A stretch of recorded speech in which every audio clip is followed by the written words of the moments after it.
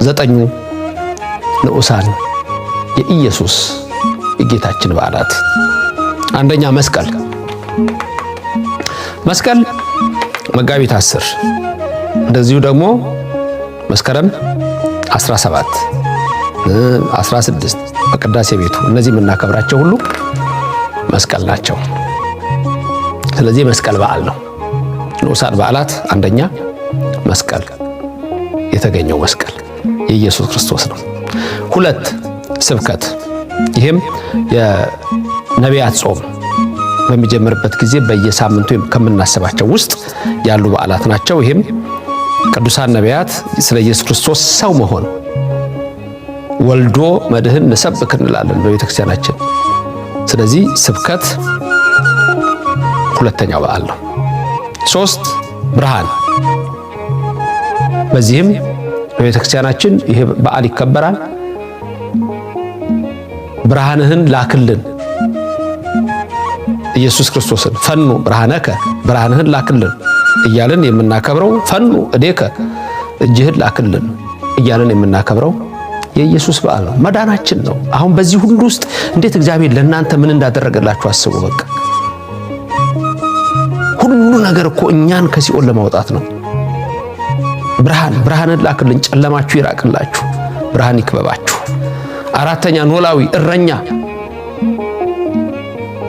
እኔ መልካም እረኛ ነኝ ብሎ በዮሐንስ ወንጌል ምዕራፍ 10 ላይ እንደነገረን ኖላዊ አምላካችን እግዚአብሔር እንዴት የኛ ጠባቂ እንደሆነ ልበ አምላክ ዳዊት በመዝሙር 22 ላይ እግዚአብሔር እረኛዬ ነው እንዳለ፣ ወይም ደግሞ የዮሴፍ ጠባቂው ወይ ተገለጥ እያልን በዚህ ቀን እግዚአብሔርን የምንማጸንበት ዕለት የኢየሱስ ክርስቶስ በዓል ነው።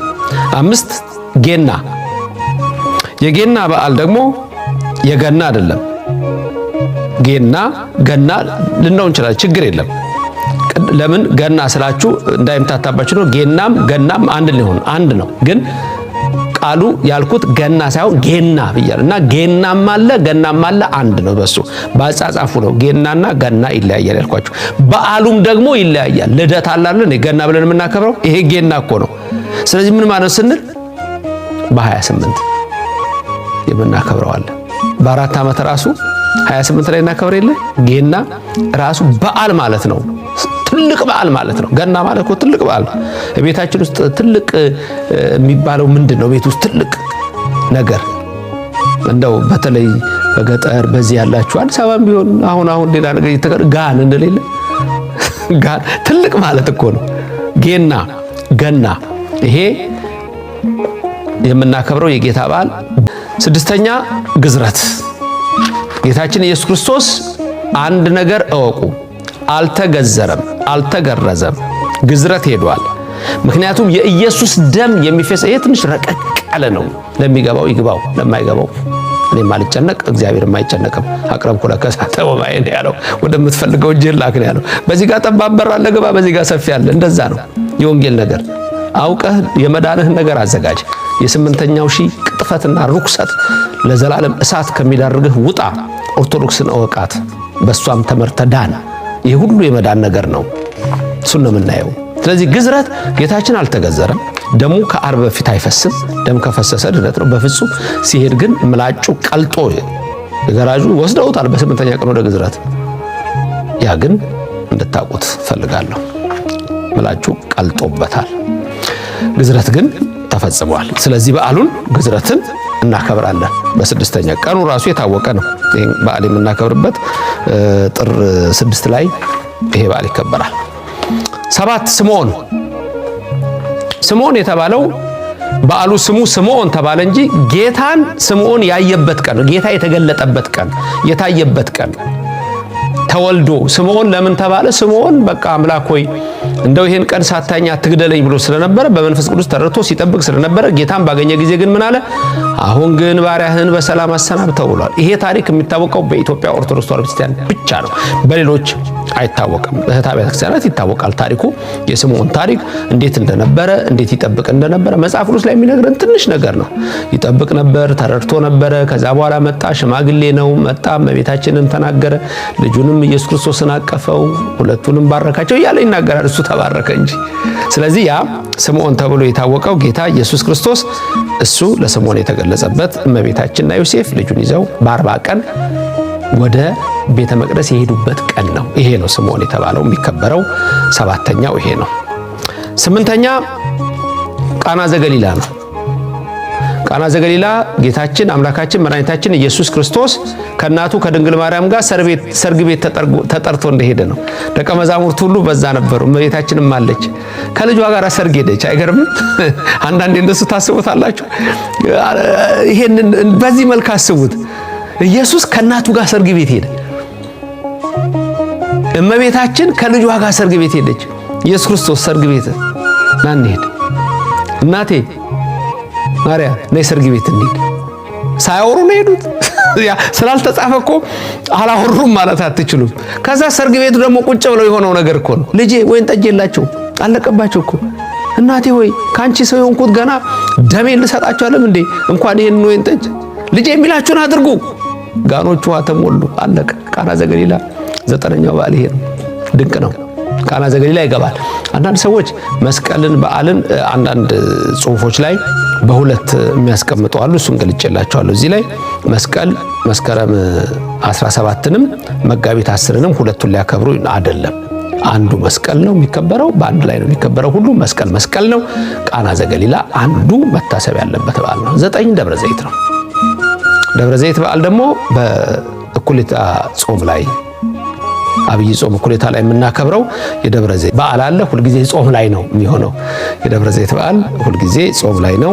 ይሄም የጌታችን የአምላካችን የመድኃኒታችን የኢየሱስ ክርስቶስ መምጣት የሚነገርበት ነው። አያችሁ፣ ለእናንተ ሲል እግዚአብሔር ኢየሱስ ክርስቶስ ከሰማይ ሰማያት ወርዶ ሰው ሆነ። ለእኔና ለእናንተ ሲል ከኃጢአት ያነጻን ዘንድ ያድነን ዘንድ ብርሃኑን ላከልን፣ እጁ ላከልን። ብርሃነ ከላይ ብርሃን መጥቶ ምድር እንደሚደርስ ከላይ ሳይለይ እዚህም አልተለየም። ስለኔና ስለናንተ ዮርዳኖስ ወንዝ በአብይ በዓል እንዳየነው ተጠምቆ ልጅነትን ሊሰጠን ለኔና ለናንተ መንፈስ ቅዱስን ሲልክ ለኔና ለናንተ ሲወለድ ለኔና ለናንተ ዳግም ሲመጣም ደብረ ዘይት ለኔና ለናንተ። አንዳንድ ሰዎች እንደው የዛን ጊዜ የት ነው የሚሄደው? የት ትሄዳላችሁ? ኢየሱስ በደሙ ፍሰት አድኗችሁ ስጋውና ደሙን ተቀበላችሁ ኦርቶዶክስ ሆናችሁ የት ልትሄዱ ነው? በቀኙ ነው የምትቆሙት። የድንግል ምልጃ ብቻ ያቆማችሁም እንዴ? በላይ ሰብን በምልጃ እንዴት እንደረዳችሁ አታውቁም? እኛ እንመካም እንደው ደናል ገነት ለምንገባው ትህትና አለ። እመቤታችን ድንግል ማርያም እንደምትወልደው እያወቀች ልጇን ወዳጇን ኢየሱስ ክርስቶስን እንደምትወልደው እያወቀች እንኳን ትሁት ነች። እኛም ያ ነው። ትሁታንን ኦርቶዶክሳውያን አንፎክርም፣ ድኛለሁ አንፎክርም። በኢየሱስ ክርስቶስ ደም ግን ገነት እንደምገባ አውቃለሁ። ሌሎቹ ግን ኢየሱስ በማለት የሚድኑ ይመስላቸዋል። ማቴዎስ 7:21 ምን አለ? ስጀምር የተናገርኩት ቃል ነው። አላውቃችሁም። ዕውር አብርተን አላውቃችሁም። ጎባጣ ክንተን በስምህ አላውቃችሁም። ትንቢት ተናግረን ድንቅ ተአምራት አድርገን አላውቃችሁም። አታውቁኝም። ሌላ ኢየሱስ ነው እሱ። እኔ አምላክ ነኝ፣ የድንግል ማርያም ልጅ ነኝ። እኔ ሐዋርያትም አሉኝ፣ እኔ ነቢያት አሉኝ። እኔን አላወቃችሁም። ያወቁኝ አለ ኤፌሶን 2:20 ላይ በነቢያትና በሐዋርያት መሰረት ላይ ታንጸዋል። እኔ ነኝ መሰረታቸው ለሁሉም አለ። 9 ንዑሳን በዓላት እነዚህ ናቸው። አወቃችኋቸው፣ ጻፏቸው፣ ደግማችሁ ስሙት፣ ተረዱ። እናንተ የትምህርት ደስ ካላችሁ ለሌሎች ደግሞ እንዲደርስ ላይክ አድርጉት፣ ሼር አድርጉት። አዲስ ከሆናችሁ ደግሞ ሁልጊዜ እግዚአብሔር ቤተሰቦች ናችሁ ለመማማር በዚህ ተገኙ። ቀጣዩ ወሳኝ ነገር አለ። እነዚህ 18ቱ ያየናቸው የጌታ በዓላት ተብለዋል፣ ተወስነዋል።